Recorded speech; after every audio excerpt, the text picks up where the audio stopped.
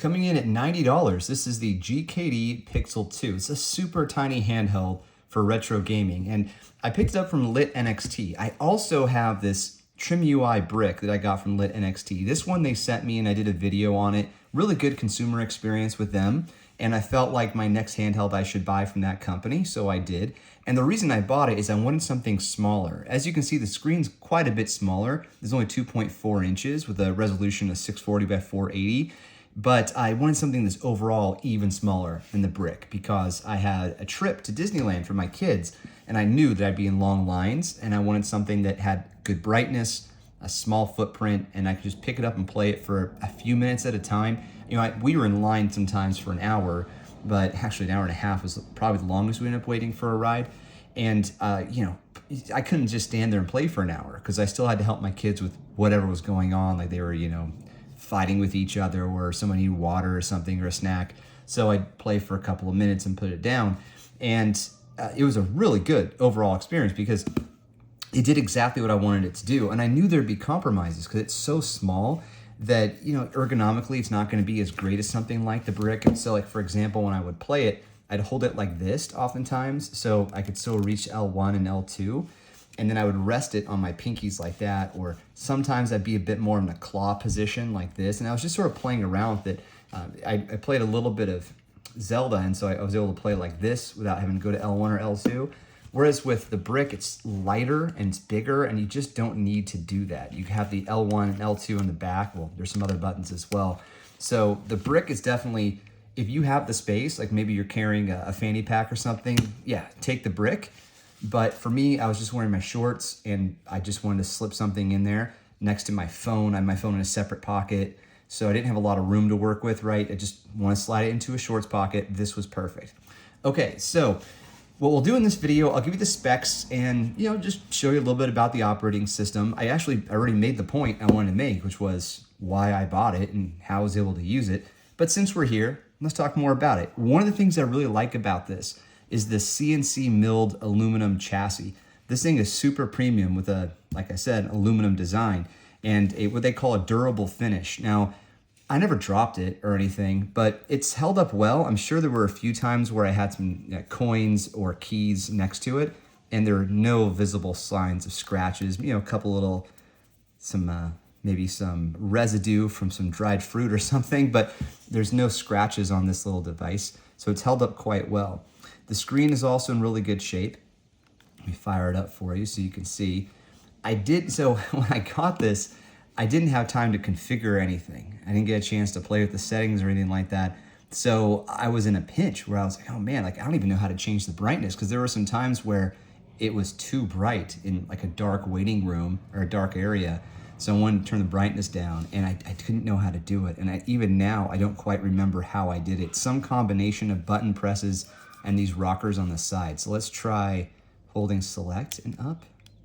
Yeah, okay, wow, first shot. That never happens, folks. Okay, let me go back now. So yeah, here's your screen, and you can see here what you have to work with. We don't need to do that. Just trying to remember how to get back. Okay, so one of the things I like about this operating system, the interface for it, is that you can go between the applications by pressing L1 and R2, right? L1 and R1. You can, like here you're in it filters for arcade games. Here it filters for handheld consoles. Here it filters for regular consoles. Here it filters for emulators. Some other applications like RetroArch and a music player. And then your settings menu here, your settings area here rather. So if I go into settings, you can, one of the first things I did do is I changed there's a in menu music. I got rid of that. Although I'm not seeing that in here right now. So it may have been in some other setting, maybe in a theme or something. So I got rid of that.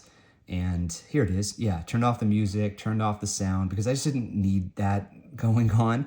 And you can adjust other things like the screen timeout time and auto power off, which I did have on. Because one time, I accidentally pressed the power button right here. It's not hard to do.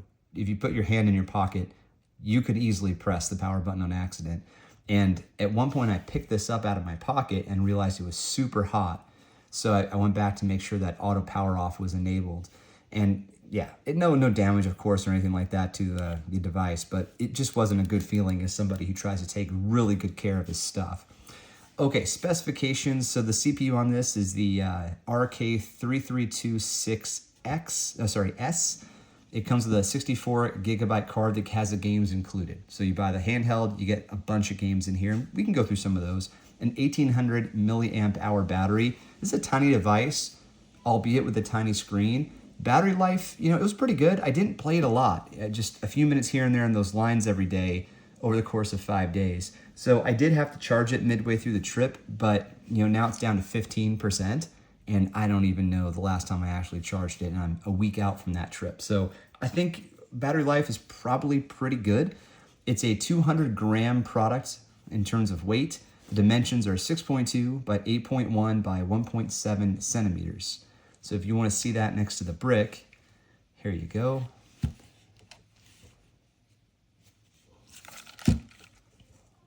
You can see it's just a little bit smaller. Just a little bit. Okay, and here's the back. All right, so some games. Well, I played some Zelda, I played a little bit of Metroid, and I did fire up this Game Gear emulator to see what was included. I mean, man, I think going through the games is probably a waste of time. There's a lot of games on here, but if you just want to get a sneak peek of what's included, here you go. So, yeah, I like to check these other handhelds to see what's in here, and,